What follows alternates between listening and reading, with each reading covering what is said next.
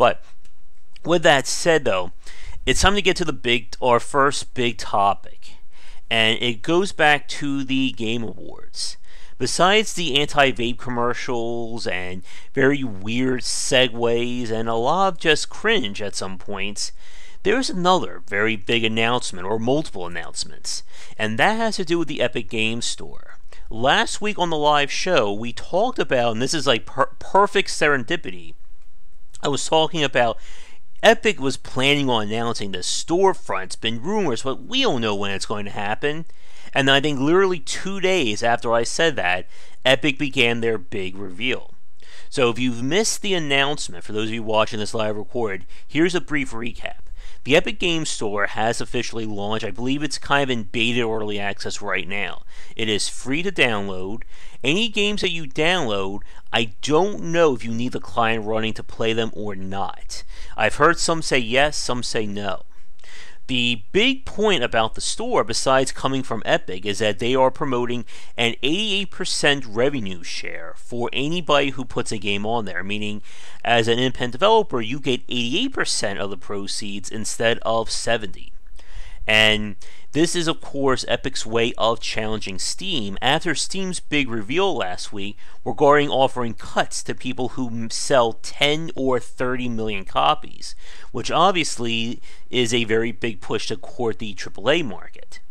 But Epic is going in the other direction, and if I'm not careful, this could easily take up the entire discussion for today, because there is a lot here to unpack. And at the Game Awards, Epic basically came out swinging. Multiple game reveals were announced to be Epic Games Store only, or launching there first.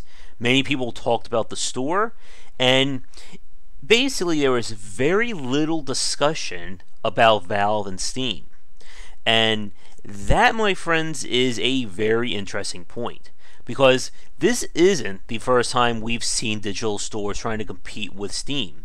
Again, we've all weathered the storm of Games for Windows Live, Origin, Uplay, even stuff like GOG, Humble, itch.io, and nobody has managed to even come close to wounding Steam in the past.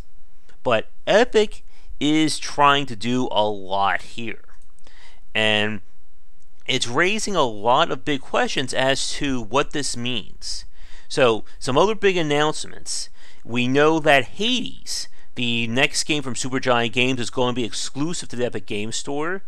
The Rebel Galaxy prequel, who I forget the name of the studio, but I talked to them before. Epic waited until the Steam cuts. Yeah, it went like that. There's a Dark Souls-like called Ashen, which is now going to be on there. Let's see. Hello Neighbor Hide and Seek. Wait, Darksiders 3 is going to be on there. It's already out.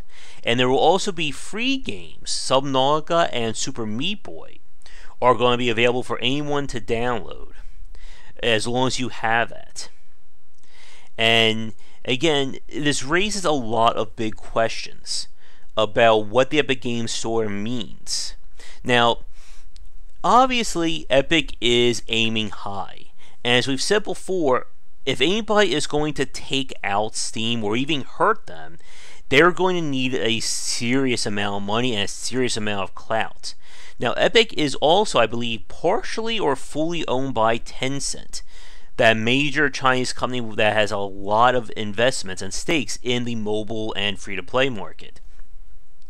And this is kind of interesting, that the Tencent, we were talking about them working on developing their own digital storefront. This was back, I think, in March or April of 2018. And I don't know when Tencent bought Epic. I want to look this up really fast.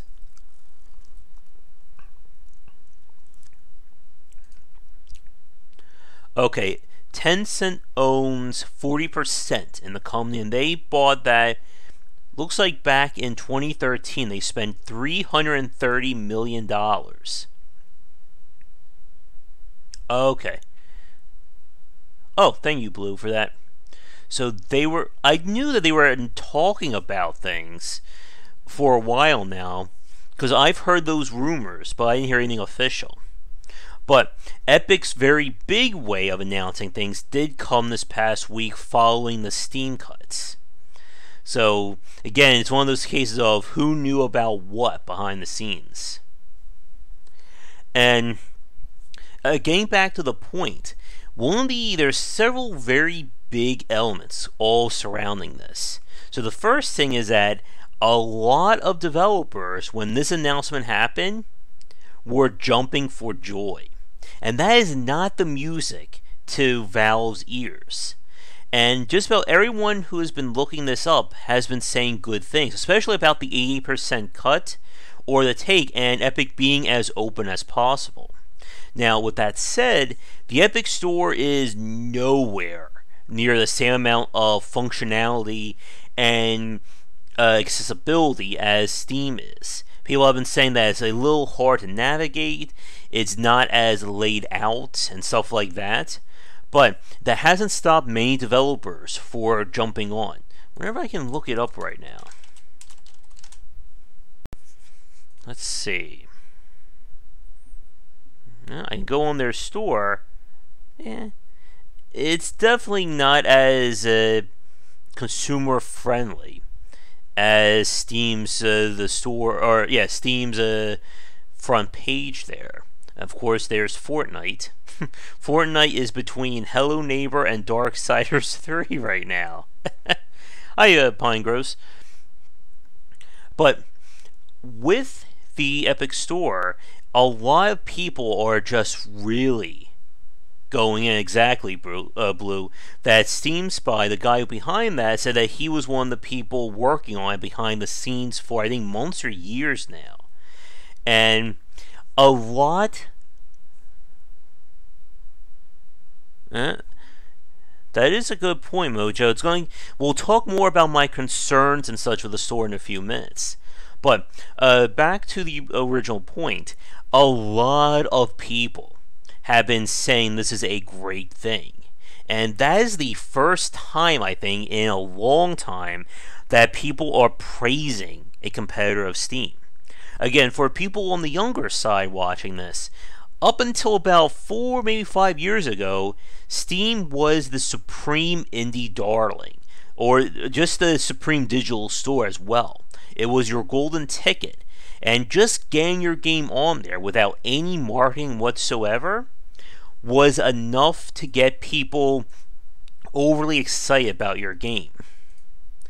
And when we fast forward to today, excuse me, that is no longer the case. As we've said in many other discussions, Steam has become very much a hodgepodge of games of varying qualities. There's discoverability issues. The recent Steam cuts to AAA developers was another major nail there. And it's been a very long time since developers have said really great things about Steam. They have, of course, said about Steam things will have been far worse, but praising Steam in its current incarnation has been very few and far between. As we know, there are a lot of discussions regarding the whole Steam Direct, and basically $100 gets you on the store no matter what. And I won't come back to that point in a few minutes. But this is why a lot of people are just praising the Epic Games Store. I hope they come with a new name, because that's kind of a mouthful. Maybe they'll call it Gauge to really compete with Valve in the future. But so many people have been saying how great this is. And again, companies... I doubt it. I don't think they're going to be giving us that much. But that actually is a good segue. With so many developers praising Epic Games, the consumers are kind of, for the first time in almost a decade, are being put to task, or they're going to start to feel that burn.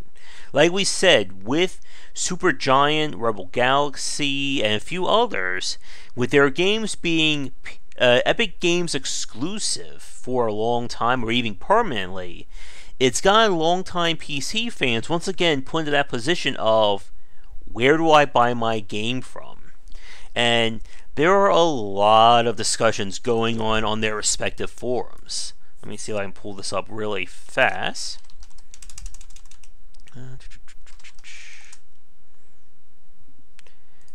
But there are people who aren't too happy about this. And there's probably one of the weirdest. Yep, exactly. I'll get to that point in a second.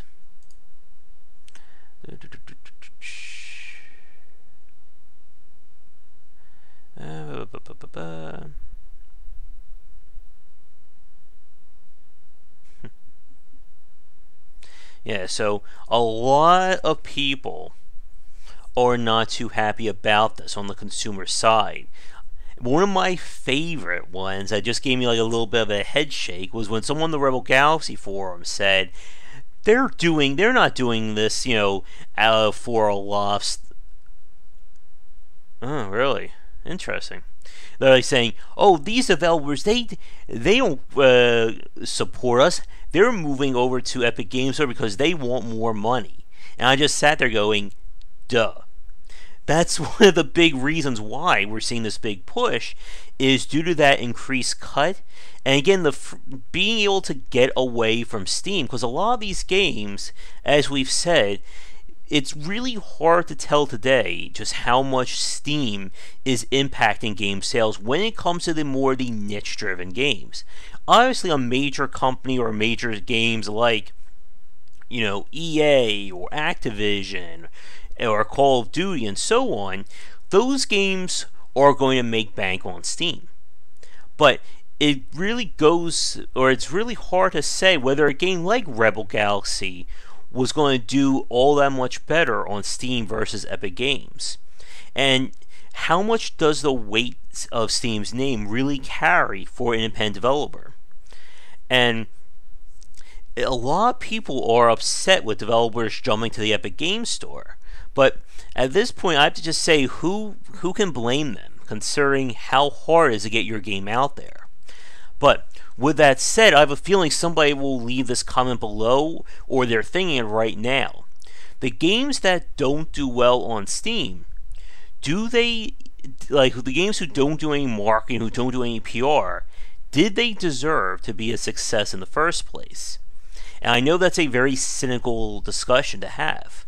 But as we've said, there are many independent developers who banked on Steam doing it all for them. And again, 5-6 years ago, that was the case. You put your game on Steam, it's guaranteed to sell. And a lot of people kept thinking that was the case as we got into 2015 and so on. But that's not how things work anymore. With 20 to 30 games being released daily, you have to do the work on your end. Steam is simply the marketplace, it's not the marketeer, or the marketer, I should say. And for launching on the Epic Games Store, when there aren't as many games, it's going to give people a lot more freedom to sell their game and even get a higher cut. But that takes me to a few of the big concerns I think everybody has about the Epic Games Store. So the first point is very obvious. How many people are really going to convert to it? Epic, of course, said that there's millions, and there's like 7 or 8 million people playing Fortnite right now, and that's a lot of eyes. But as we all know, how many of those people are going to be interested in games that aren't called Fortnite? Will we see somebody like Ninja decide to stop playing Fortnite for a week and play Subnautica or Super Meat Boy? It's probably not going to happen, and that's one of the big concerns that a lot of people have. And I'll get to that one too. But there's a lot of discussion about just how many people are really going to play the games on here. This is why they did all those major exclusive announcements on the Game Awards, to try and convince people to come over. And Mojo's point is another big concern, that a lot of people right now view this as Steam is the consumer-driven store, while Epic Games looks like it's more of the developer marketed store, or a developer-driven store, I should say. And a lot of people don't like how bare bones or lack of functionality there is in the Epic Games Store compared to Steam.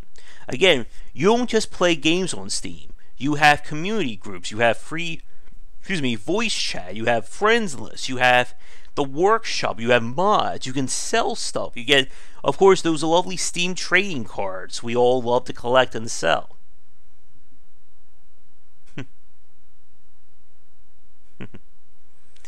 And all of this adds value beyond just the DRM. Epic Game Store doesn't have that right now. And there are even still some concerns about what exactly is going to be their refund policy.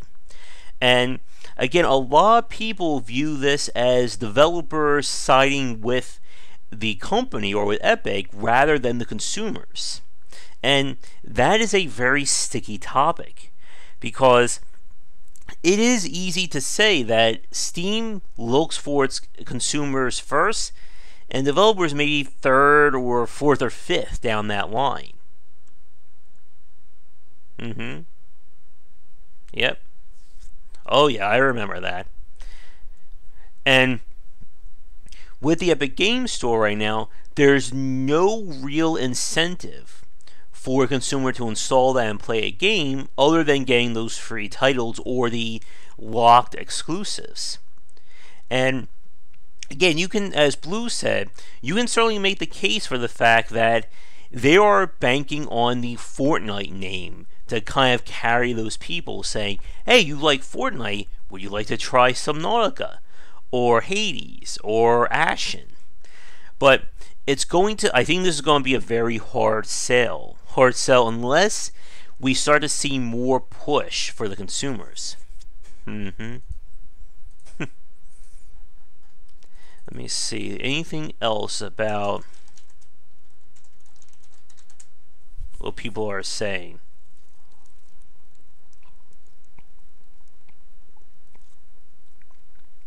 So right now, they just had the 6 games on the store.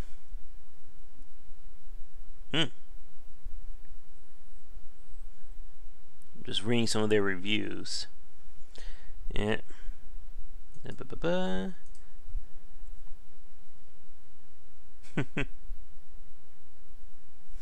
Yeah, but again, there's so many things trying to, I guess, matter for the developers, but there's not much that is happening for the consumers. And as anyone knows, consumers love to install 4 or 5 different digital platforms to run their games. And that is sarcasm for anyone who hasn't figured that one out. But again, it raises that point as to how is Epic going to court consumers? Because this is the very interesting here's a very interesting point about what's going on. That for a store to matter, you need to court both consumers and products. If consumers don't come to your store, then products aren't going to be sold, and the people and those products are going to be unhappy. But if your store doesn't have products, then it doesn't matter how many consumers you have, because nobody's going to want to buy that stuff. And we're kind of running into the situation of, is Steam going to just basically be consumer focus, but it's going to have so many games on it, it's going to be hard to keep track of, while Epic is going the route of trying to appeal to the product makers, get them on board, and kind of leaving the consumer, again, second or third. So it's almost the reverse of Steam. And it's still early, I think, to really put a pin onto whether or not, or who's going to come out on top. But I would say that this is definitely the biggest, or probably the best chance a competitor has to take on Steam.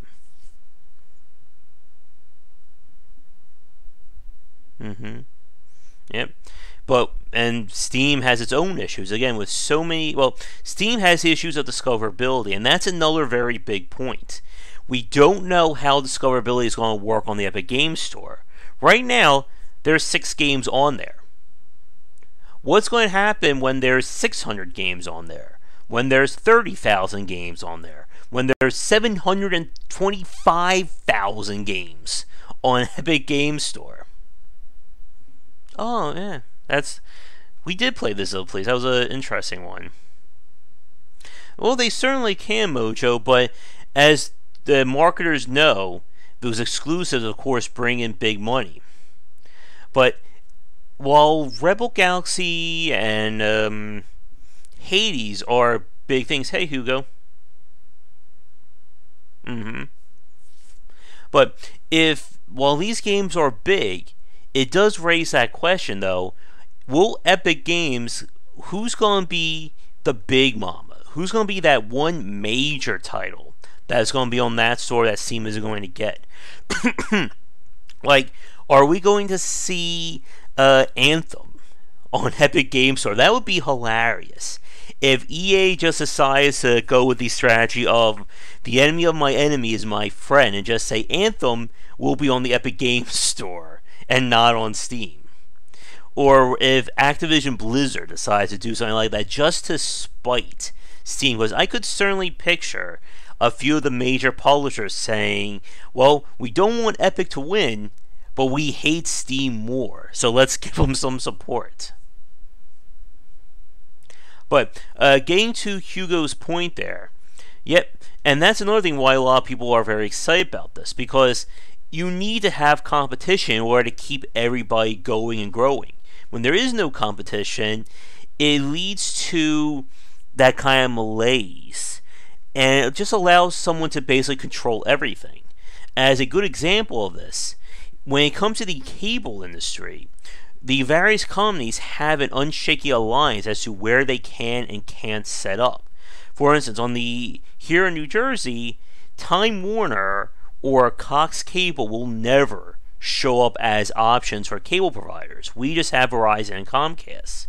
But if you go out to like Nevada, I think Cox Cable is it.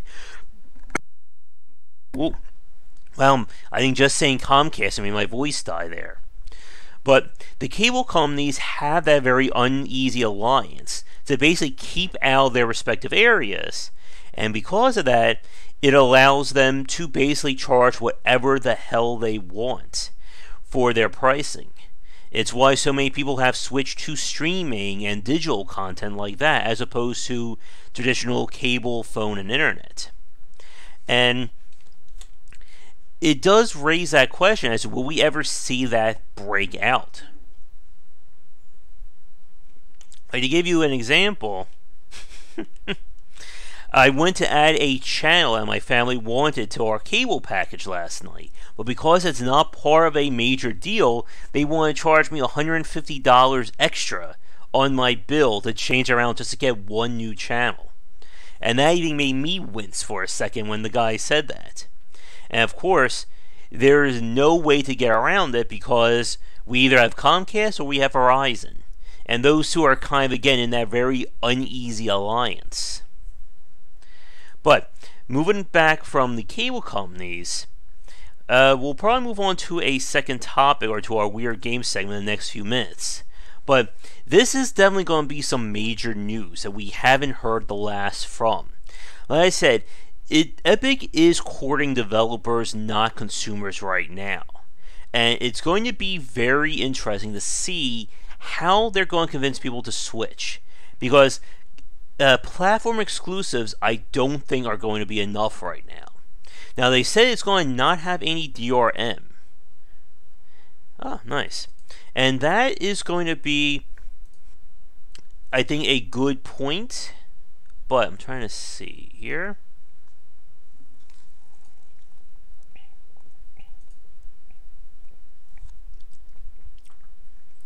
How do I verify?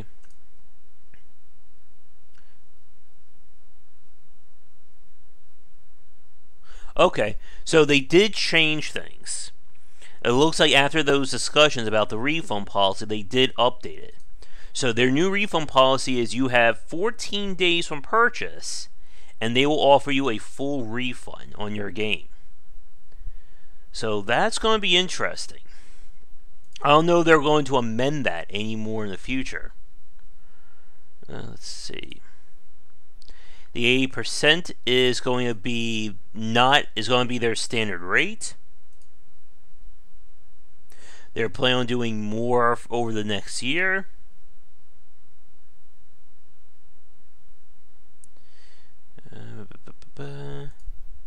They're also going to be doing an affiliate program with YouTubers and streamers, which I guess that's interesting. That'd be funny if they offer me something. Let's see. They do not offer mandatory platform-wide sales.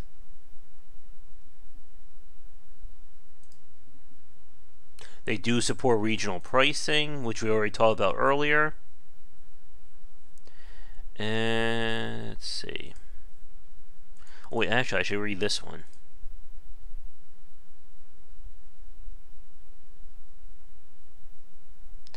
And so there's still no word about how they're going to get more people or get more games onto the store. As in, will there be curation, or will eventually be everybody comes in? But this is definitely going to be the news, I think, that's going to really shake the industry up over 2019. And I think with that said, though, here's my final point about the topic, and then we'll move on. Anyone who thinks that this is going to kill Valve or Steam, I think, is being foolish. Again, at this point, Valve owns all the money. They're not going under anytime soon. And no matter how big Epic Games is, and no matter how much money they're going to throw out, I don't think they're going to be number one for even a very long time, let alone ever. But what this does mean is we finally have what could seriously be competition for Steam. And like we were talking about earlier, I think this is going to, in the long run, benefit consumers and developers both. Right now, it seems to be benefiting more the developers than the consumers, but again, it's still early days. And I'm debating if I want to install and maybe try out Hades, and I know I'm going to have to play Rebel Galaxy Outlaws at some point. But it's going to be, I think, very different for the PC side, because it's been a long time since we really had to decide what digital platform we install. Because again, it used to be just Steam and screw everybody else. Hey, William. And I'm curious for people watching this live record right now, what do you think? Are you going to be willing to install the Epic Games Store launcher? Or are you going to stick with Steam, even if it's at the cost of playing some games? Because there are people like that who, just as they will not install Steam because they hate it, there are people who will not install anything else if it's not on Steam. So again, you win some, you lose some there. Let's see, is there any other people complaining about this?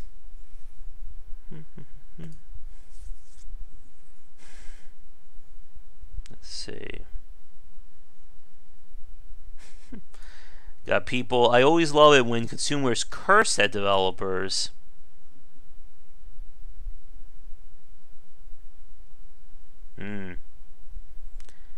Okay.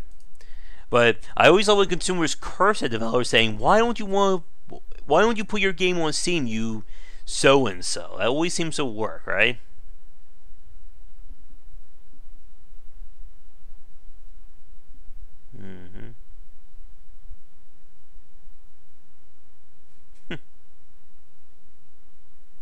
And like I said, they are definitely aiming for developers first, consumers second right now. So we're going to see, again, how things shake up. But somebody said, Supergiant, you should know your roots. You got big on Steam, you should stay on Steam. Except for the fact that their last game did not do well on Steam at all. Let me see. I just want to double check one last thing, and then we'll move on. Haze is available.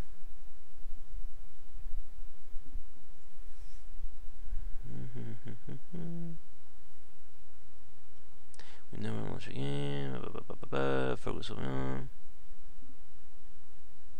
So they are going to probably launch it back on Steam once the game is done in early access.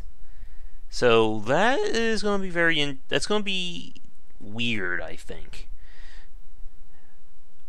But I think Rebel Galaxy is probably going to be the bigger one by the fact that they are going to have a 1-year exclusivity with the Epic Games Store.